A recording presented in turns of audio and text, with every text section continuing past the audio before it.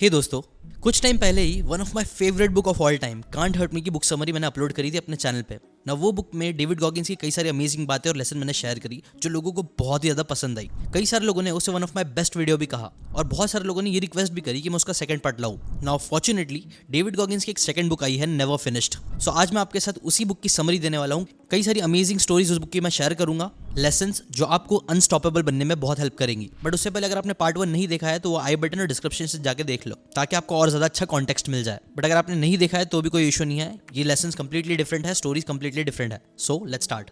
Chapter 1, trauma. अगर आपने part 1 देखा है तो आपको पता होगा डेविड जब 24 साल के थे तब वो इकोलैब्स नाम की एक कंपनी में कीड़े और कॉकरोचेस मारने का काम करते थे। आप बोल सकते हो अपनी लाइफ में एक बहुत बड़े लूजर बन चुके थे।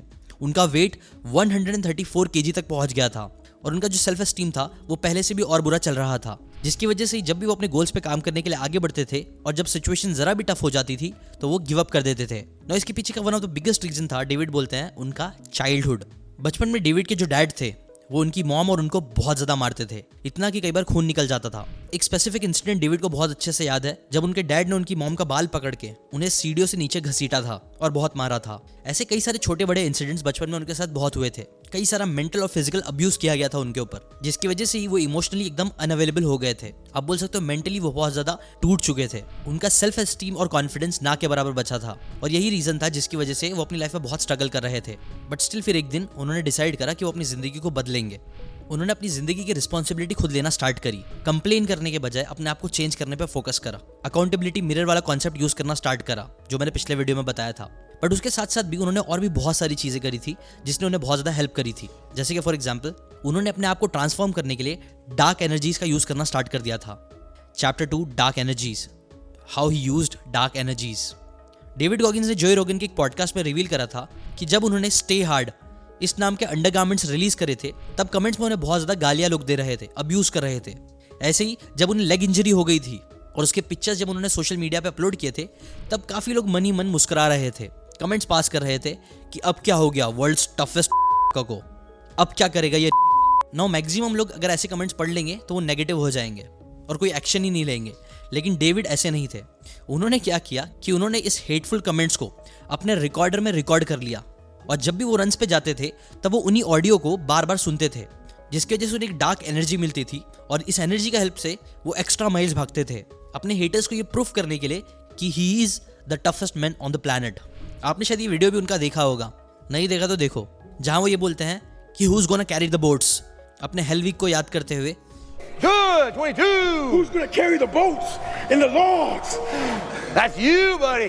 Come on, 23. और जिसके बाद वो ये अगेन डार्क एनर्जी का यूज करके वो एक्स्ट्रा रैप्स मारते हैं जब उनका क्विट करने का मन करता है।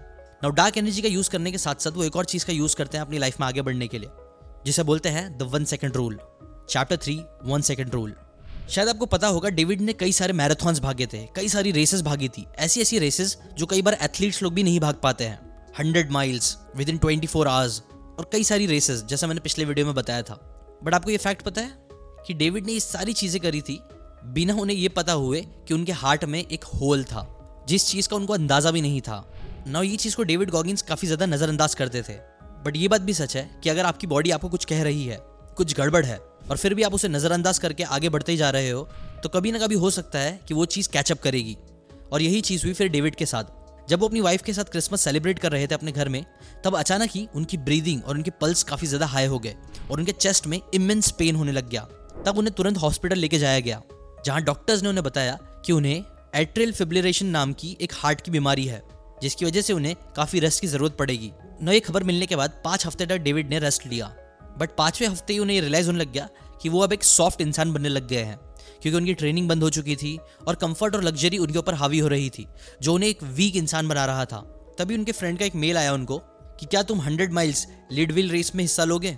ना ऑब्वियसली डॉक्टर्स ने तो उन्हें मना किया था और कोई भी नॉर्मल इंसान होता तो वो 1 सेकंड में यही डिसीजन लेता कि मेरी तबीयत ऑलरेडी खराब है, मेरे दिल में छेद है, अगर मैं अभी आराम नहीं करूंगा तो ये चीज़ मुझे प्रॉब्लम दे सकती है, मैं मर सकता हूँ और अभी तो कोई भी चांस नहीं है कि मुझे रेस भागना चाहिए। और इस चीज़ के बारे में डेविड अपने एक पॉडकास्ट में भी बोलते हैं। वो बोलते हैं कि जब मैं हेल वीक में था, जब मुझे फिजिकली और मेंटली टॉर्चर किया जा रहा था हेल वीक में, ठंडे ठंडे पानी में जब बार बार हमें भीगना पड़ता था, तब कई बार दिमाग में 1 सेकंड का थॉट आता था कि यार क्विट कर देते हैं, क्यों ही कर रहे हैं ये चीज़। जाते हैं आराम से हॉट शावर लेते हैं, बिस्तर में आराम करते हैं, अपनी गर्लफ्रेंड के पास जाते हैं। ये सारी चीज़ें उनके दिमाग में आती थी और कई लोगों के दिमाग में आती थी, और उसी एक सेकंड में लोग क्विट कर देते थे, ये बोल के कि हमारे बस की बात नहीं है, कोई ज़रूरत नहीं है मेडल की, कोई ज़रूरत नहीं है रिकग्नाइजेशन की।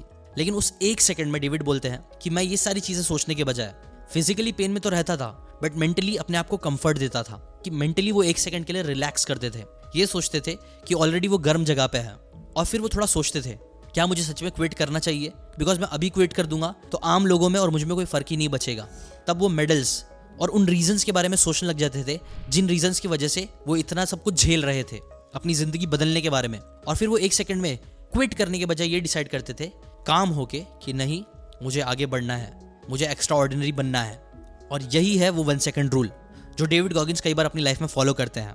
एंड गेस व्हाट, यहाँ पे भी जब उनके फ्रेंड का ये मेल आया कि उन्हें ये 100 माइल की रेस भागनी है कि नहीं भागनी है, तब भी डेविड ने उस एक सेकंड में फेलियर्स के बारे में सोचने के बजाय एक सेकंड में उन चीज़ों के बारे में सोचा जो अगर वो इस रेस को कंप्लीट कर लेंगे तो वो हासिल कर सकते हैं। और बस फिर उन्होंने क्विक डिसीजन लिया कि हाँ, वो रेस भागेंगे। एंड गेस व्हाट, सिर्फ 23 घंटों में उन्होंने 100 माइल्स कवर करके फिर से लोगों ने जो बाउंड्री सेट करके रखी थी उनके लिए, उसे तोड़ दिया, और खुद की बाउंड्रीज को भी, जिसके लिए वो बहुत ज़्यादा प्राउड फील करते हैं। और ये सारी चीज़ों के पीछे उनको एक स्टोरी भी याद आती है जो बचपन में उनके साथ हुई थी सार्जेंट जैक के साथ। Chapter 4, sergeant Jack and his fingers, the power of self control. जैसे कि मैंने आपको बताया था ना, डेविड के पापा जो थे वो उन्हें बहुत ज़्यादा अब्यूज़ करते थे, इसीलिए डेविड की मॉम डेविड को लेके अपने नाना के घर पे चली गई थी। नाउ डेविड के जो नाना थे ना, उनका नाम था सार्जेंट जैक, जो एक बहुत ही ज़्यादा डिसिप्लिन और आर्मी लाइफ जीते थे। जैक डेविड को सुबह सुबह 5 बजे उठाते थे, लॉन मोर्निंग के लिए, गाड़ी धोने के लिए और कई सारे काम कराते थे। डेविड को लगता था कि उसके नाना को तो बिल्कुल भी परवाह नहीं है उनकी, वो इनसे इतना काम करवाते हैं। बट जैक का मानना कुछ और था। जैक जो उनके नाना थे, उनका ये मानना था कि हमें डेली अपने काम करना चाहिए, जो काम जिस दिन का रहता है उसी दिन होना चाहिए, और इसीलिए वो हमेशा डेविड को काम करने के ऊपर फोकस कराते थे। नो, वैसे तो डेविड कहीं ना कहीं अंदर से उनके नाना को हेट करते थे बिकॉज वो उनसे इतना काम करवाते थे। बट फिर एक दिन डेविड का जो नजरिया था उनके नाना को देखने का, वो पूरा कंप्लीटली बदल गया। दरअसल बात ये थी ना कि जब उनके नाना उनके फ्रेंड की गाड़ी का बोनट खोल के गाड़ी साफ कर रहे थे, तब जैक के जो फ्रेंड थे ना, उन्होंने बिना देखे जोर से बोनट को बंद कर दिया ना। उस वक्त जैक का जो हाथ था ना, वो अंदर ही था, जिसकी वजह से उनकी उंगलियां बीच में फंस गई, जिसकी वजह से फट जोर से वो बोनट जैक की उंगलियों पे लगा और उनकी उंगलियां टूट गई, उनके हाथों से खून आने लग गया। नो, इस टाइम पे रोना, चिल्लाना, अपने फ्रेंड को गाली देना एक नॉर्मल चीज़ होती, जो डेविड एक्सपेक्ट भी कर रहे थे। बट उनके नाना ने ये सारी चीज़ें बिल्कुल भी नहीं करी। इनफैक्ट उन्होंने बिल्कुल भी रिएक्ट नहीं करा। उन्होंने शांति से ही अपने फ्रेंड को बोनट उठाने के लिए कहा, और इसके बाद काम और कंपोज होके ही वो वापस अपनी वाइफ के पास गए और उनके साथ जाके वो हॉस्पिटल चले गए। ना, ये इंसिडेंट को देख के डेविड बहुत ज़्यादा इंप्रेस हुए, और उन्होंने बचपन में डिसाइड कर लिया कि ज़िंदगी में ऐसी सेल्फ कंट्रोल, ऐसी सहनशीलता अगर उनके अंदर भी आ जाए तो वो बहुत कुछ अचीव करेंगे, और उसी चीज़ पे फिर वो फोकस भी करने लगे। ना, ये माइंडसेट जब डेविड ने सीख लिया था, तो इसी चीज़ ने उनको मॉब 240 इस अमेजिंग रेस को भी कंप्लीट करने में उनकी हेल्प करी। Chapter 5, mob 240, not for winning but for proving ourselves. ना, जैसे कि आपको पता ही होगा, डेविड ने कई सारे रेसेस भागते थे। फिजिकली उनको कई सारी इंजरीज, कई सारी प्रॉब्लम्स थी, बट ये सारी प्रॉब्लम्स के बाद भी वो हमेशा अपने आप को पुश करते रहते थे। और ऐसे एक बार अगेन अपने आप को पुश करने के लिए उन्होंने डिसाइड किया कि वो मॉब 240 की रेस को कंप्लीट करेंगे। ना, जिसको नहीं पता उससे बता दूं, ये जो MOAB मॉब 240 है ना, ये ज़रा भी इजी रेस नहीं होती है। इसमें 110 घंटे यानी कि अराउंड 4 दिन में 240 माइल कवर करनी होती है, और वो भी ऐसा नहीं कि रोड बहुत अच्छा रहेगा, नहीं, ये रेस एक्सट्रीम एल्टीट्यूड्स में जाके करनी पड़ती है, जहाँ पे एक्सट्रीम हीट और कोल्ड जैसे वेदर को फेस करना पड़ता है भागते भागते। और इसी रेस में डेविड गए थे। नो, यहाँ पे डेविड ने भागना स्टार्ट तो किया, लेकिन जब वो ऑलमोस्ट रेस को कंप्लीट करने ही वाले थे, 215 माइल्स करने के बाद उनकी जो बीमारी थी, एक रेनॉल्ड्स सिंड्रोम करके, उसकी वजह से उन्हें ब्रीदिंग में प्रॉब्लम आने लगी, जिसकी वजह से उन्हें इंस्टेंटली हॉस्पिटलाइज करना पड़ गया। वो 12 घंटे हॉस्पिटल में रहे, जिसके बाद डॉक्टर्स ने उन्हें डिस्चार्ज कर दिया। ना, अगेन कोई भी नॉर्मल इंसान होता तो डिस्चार्ज लेने के बाद घर में जाके आराम करता, लेकिन डेविड, उनको अभी भी चुल थी, उन्हें अधूरा सा फील हो रहा था। रेस, ये सब चीज़ें खत्म हो गई थी, बट कहीं ना कहीं उनको जो सेटिस्फैक्शन था अपने दिमाग में, वो नहीं मिला था। इसीलिए फिर वापस से वो फील्ड पे गए, और जो बची हुई 25 माइल थी वो उन्होंने अनऑफिशियली कंप्लीट करी और रेस को कंप्लीट किया।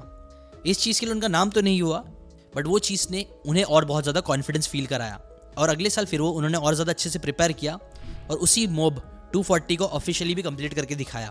फिर उन्होंने 25 एक्स्ट्रा पुशअप्स भी मारे। और ये चीज़ दिखाती है कि कैसे वो हमेशा एक्स्ट्रा करने पे फोकस करते थे ना। ये एक्स्ट्रा करने का भी चीज़ है ना, उन्होंने कहीं से तो सीखी थी। ये चीज़ उन्होंने सीखी थी कैप्टन कॉनॉली से। Chapter 6 captain Connolly going the extra mile. 1996 में डेविड जब 21 साल के थे तब वो यूएस एयरफोर्स में एक एयरमैन की जॉब कर रहे थे। वहाँ पे उन्हें एयरफोर्स के सबसे toughest school the Sabalauski air assault school में भेजा गया था, जो यूएस में 10 दिन की सबसे टफेस्ट ट्रेनिंग मानी जाती है। तो ये टेस्ट पास करने के लिए कई सारे फिजिकल और साइकोलॉजिकल टेस्ट पास करने होते थे, पुशअप्स, पुलअप्स और कई सारी चीज़ें। नाउ डेविड जब यहाँ पे अपनी टेस्ट दे रहे थे ना, तब वो हमेशा बैर मिनिमम करते थे, जितना उन्हें बोला जाता था उतना ही करते थे। बट फिर वहाँ पे उन्होंने देखा कैप्टन कॉनॉली को, जो इसका एग्जैक्ट अपोजिट करते थे। कैप्टन कॉनॉली एक ऐसे इंसान थे जिन्हें जो भी काम बोला जाता था वो उससे एक्स्ट्रा करके दिखाते थे। जैसे कि फॉर एग्जांपल, अगर उन्हें 5 पुलअप्स करने के लिए बोला जाता था तो वो 10 करते थे। और ये चीज़ वो मेडल जीतने के लिए या दूसरों का अप्रिसिएशन जीतने के लिए नहीं करते थे, बल्कि वो ये सारी चीज़ें करते थे अपने लिमिट्स को टेस्ट करने के लिए। वो हमेशा अपने आप को टेस्ट करते रहते थे, अपने आप को पुश करते रहते थे। और ये चीज़ डेविड को बहुत ज़्यादा इंस्पायरिंग लगी। और यही से आप बोल सकते हो उन्होंने भी इस चीज़ को अपनी ज़िंदगी में लाना स्टार्ट किया, जो चीज़ उनको अपने फ्यूचर को भी डिसाइड करने में बहुत हेल्प करती थी। जैसे कि उनकी एक स्टोरी बताता हूँ आपको। Chapter 7 high tibial osteotomy, you decide your future. 2021 में डेविड के लेग्स में बहुत मेजर इशू आ गया था, जिसकी वजह से उन्हें हाई टिबियल ऑस्टियोटॉमी नाम की एक सर्जरी करनी पड़ी ना। ये सर्जरी करने के बाद लोग 3 से 6 महीने तक चल भी नहीं पाते थे। और इसका एक लाइव एग्जांपल उनके पास भी था। एक बंदा था जिसको ये सेम प्रॉब्लम हुई थी ना, उसको रिकवरी होने में 1.5 साल लगे थे, जिसमें उसने सिर्फ एक मैराथन दौड़ी थी। बट आपको पता ही होगा, हमारे जो डेविड भाई है वो नॉर्मल इंसान थोड़ी ना है, वो तो शक्तिमान है। इसलिए जब डेविड गॉगिंस ने सर्जरी कराई तो उसके 3 महीने बाद ही उन्होंने 444 माइल्स की एक साइकिल रेस को करके सबको शॉक में डाल दिया। देखो, ज़्यादातर लोग ना ऑर्डिनरी बन के खुश रहते हैं, वो ऑर्डिनरी लोग की तरह लाइफ जीना पसंद करते हैं, लेकिन डेविड हमेशा से एक्स्ट्राऑर्डिनरी चीज़ें करने पे फोकस करते थे।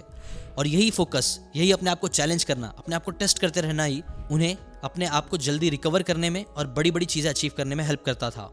और ऐसा नहीं डेविड ने अब ये सब चीज़ें करना बंद कर दिया। हाँ, एक टाइम आया था जब वो सॉफ्ट हो गए थे, जब उनकी बुक इतनी ज़्यादा हिट हुई, लोगों का उनको बहुत ज़्यादा प्रेज मिलने लग गया, तब अगेन वो भी थोड़े से नरम होने लग गए थे। उनका भी जो हमेशा स्टे हार्ड का मंत्रा होता है वो थोड़ा सा ढीला होने लग गया था। इसलिए ही फिर उन्होंने अगेन एक इंटरेस्टिंग चीज़ करी। Chapter 8 smoke jumpers never too late. Surgery के 9 महीनों बाद डेविड ने स्मोक जंपर्स ट्रेनिंग में अपने आप को एनरोल कर लिया था ना। यूजुअली जो स्मोक जंपर्स होते हैं ना, उसमें बैच में यूजुअली 20 से 25 साल के लोग ही एंट्री करते हैं, लेकिन डेविड एक लौते ऐसे इंसान थे जिन्होंने 47 की एज में उसके अंदर एनरोल किया ना। स्मोक जंपर्स अगर आपको नहीं पता तो बता दूं, ये वो लोग होते हैं जो एरोप्लेन से कूदकर जंगल में लैंड करते हैं और उन एरियाज को बुझाते हैं जहां लोग रोडवेज से नहीं पहुंच सकते ना। ये ट्रेनिंग नॉर्दर्न ब्रिटिश कोलंबिया में होती है, जहां बहुत ज़्यादा बर्फ पड़ती है। और यहाँ पे भी डेविड जितना ज़्यादा बर्फ पड़ती थी उतना ज़्यादा भागते थे। और वो ऐसा क्यों करते थे? बिकॉज उन्हें पता है कि कोई और दूसरा इंसान इतनी ठंडी में नहीं भागेगा, इसीलिए वो भाग के दिखाएंगे।